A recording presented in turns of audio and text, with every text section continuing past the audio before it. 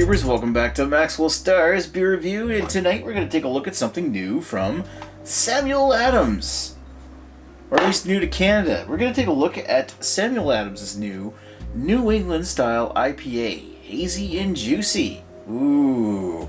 So yeah, this is a 6.8% ABV, 35 IBU.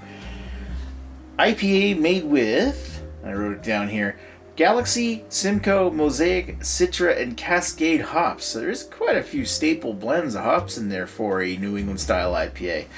The Mosaic and Citra especially, I find that a lot of New England-style IPAs made with at least those two hops alone tend to be freaking juicy.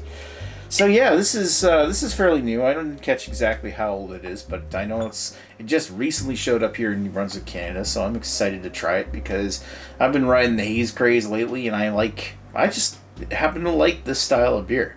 So, fuck if you don't. Anyway, let's crack this thing open and give it a pour. Hazy, juicy IPAs are getting to the point now where they're maybe being a little overdone, but I do love the taste of them. Let's pour that into the proper glassware, kind of, I guess. It's the Samuel Adams Perfect Pint glass. Way too much head on that, maybe. Whatever. Wow, so it does have the hazy appearance. I didn't get a chance to actually do a proper Weiss roll with the can, but I only bought this... Ooh, okay. I only bought this yesterday. So, does it say when it was made? Just has the best before date of July. So, I don't know what that exactly means. I also don't know if this is actually... Was this shipped from the U.S.? Was it made in the U.S. or is it made in Canada? Brewed by the Boston Beer Company, Bringsville, Pennsylvania. Okay. Must be a new plant they have up there in Pennsylvania. So yeah, because I know that in the Canadian market, at least I believe it's still true that their distribution is done by Moosehead. So I think some of their products might actually be brewed in Moosehead instead.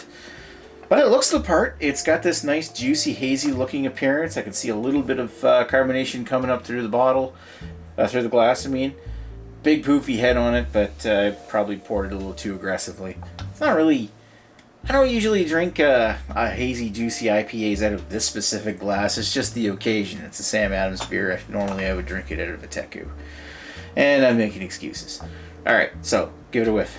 Or actually, no, we looked at the appearance. Alright, give it a whiff, whatever. Yeah, this is where I was starting to get juicy.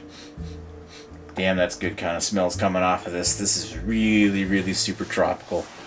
I'm getting like peaches, I'm getting mangoes, passion fruit, pineapple, bits of citrus and grapefruit.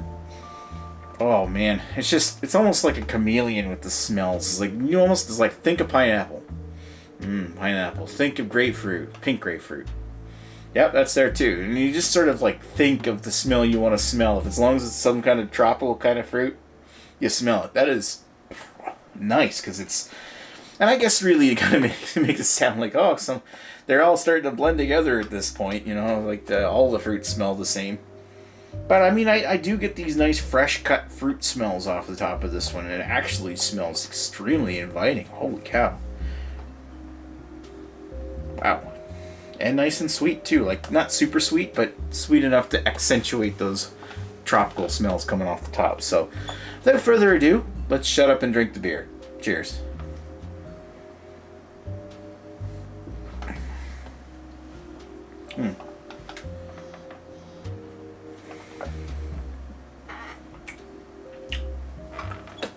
Oh.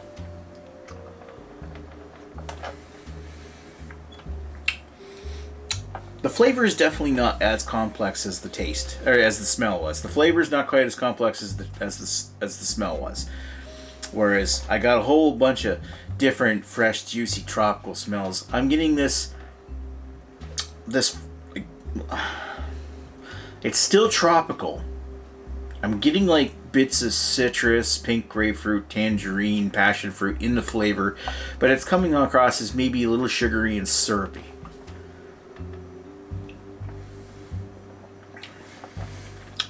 And also quite a bit of lingering resin in the aftertaste as well. And I think some of that's coming from the fact that it just seems a little heavy. It's not light and fluffy in the taste. It's weighing heavier in the back of the throat, and it's kind of killing its refreshment factor for me.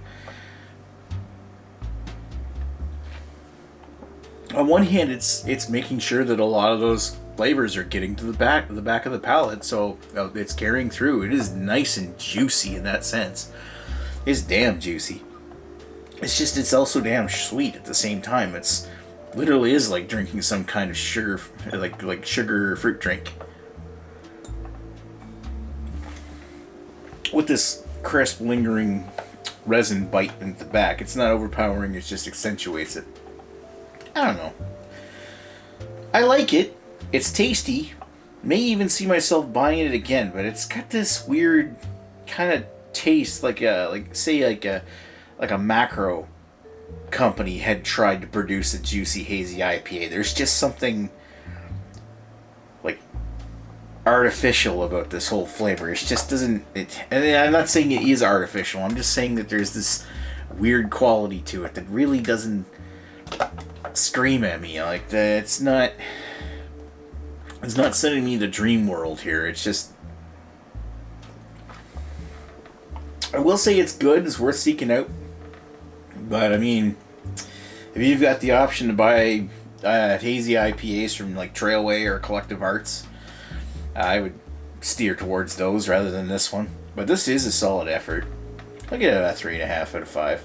There's just, oh man, it smells amazing, and it tastes pretty good. It's just there's some quality about it that, I don't know. It's just not doing it for me. And I was expecting so much more. Wow, your money may vary. I would recommend at least trying it. You might like it. Anyway, thanks for watching Maxwell Starr's beer review of the Hazy Juicy New England-style IPA from Samuel Adams. I'll talk to you folks later. Cheers.